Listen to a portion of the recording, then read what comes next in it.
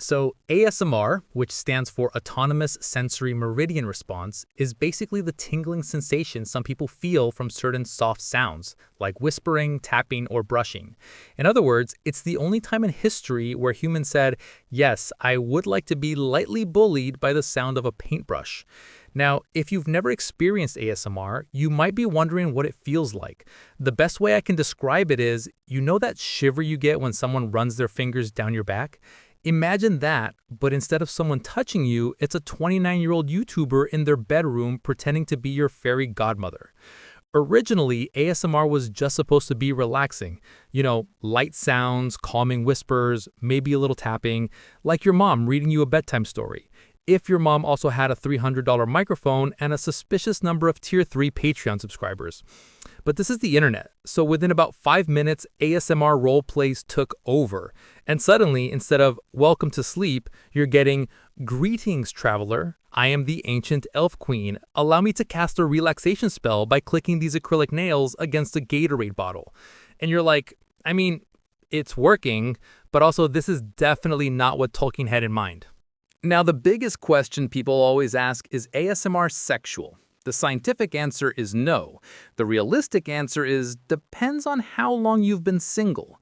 Like if you're watching a video of someone slowly brushing a microphone for 45 minutes and you're like, wow, I feel cared for, that's not sexual. But if you're watching a video titled Step Witch Roleplays Putting a Curse on You, Intense Ear Tingles, that's on you, buddy. Now, what's crazy is how big the ASMR community has gotten. Some creators have literally millions of subscribers, which means there are millions of people who fall asleep every night to the sound of a stranger gently tapping a jar of pickles. And because it's YouTube, there are a million genres of ASMR, like food ASMR, where people eat noodles directly into your soul. Makeup ASMR, where you hear a 30-minute whisper tutorial that ends with you looking like a raccoon. Dentist ASMR, which is just trauma with surround sound. Exam ASMR, where someone whispers, "you failed," for 20 minutes straight. Honestly, the most realistic one.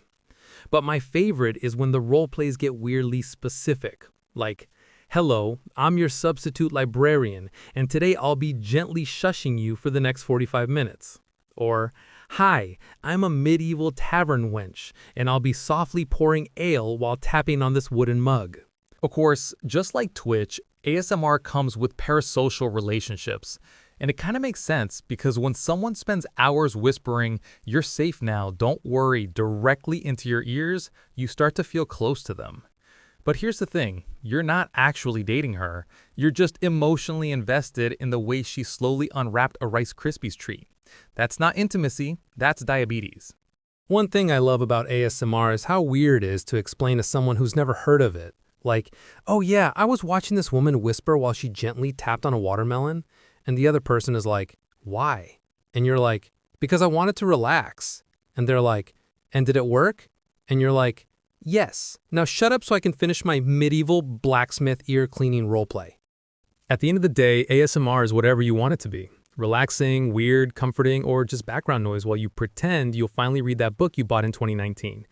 But whatever you do, please do not fall asleep on autoplay, because one moment you're listening to Gentle Rain on a Tin Roof, and the next moment it's Nothing beats a Jet2 holiday. And right now, you can save £50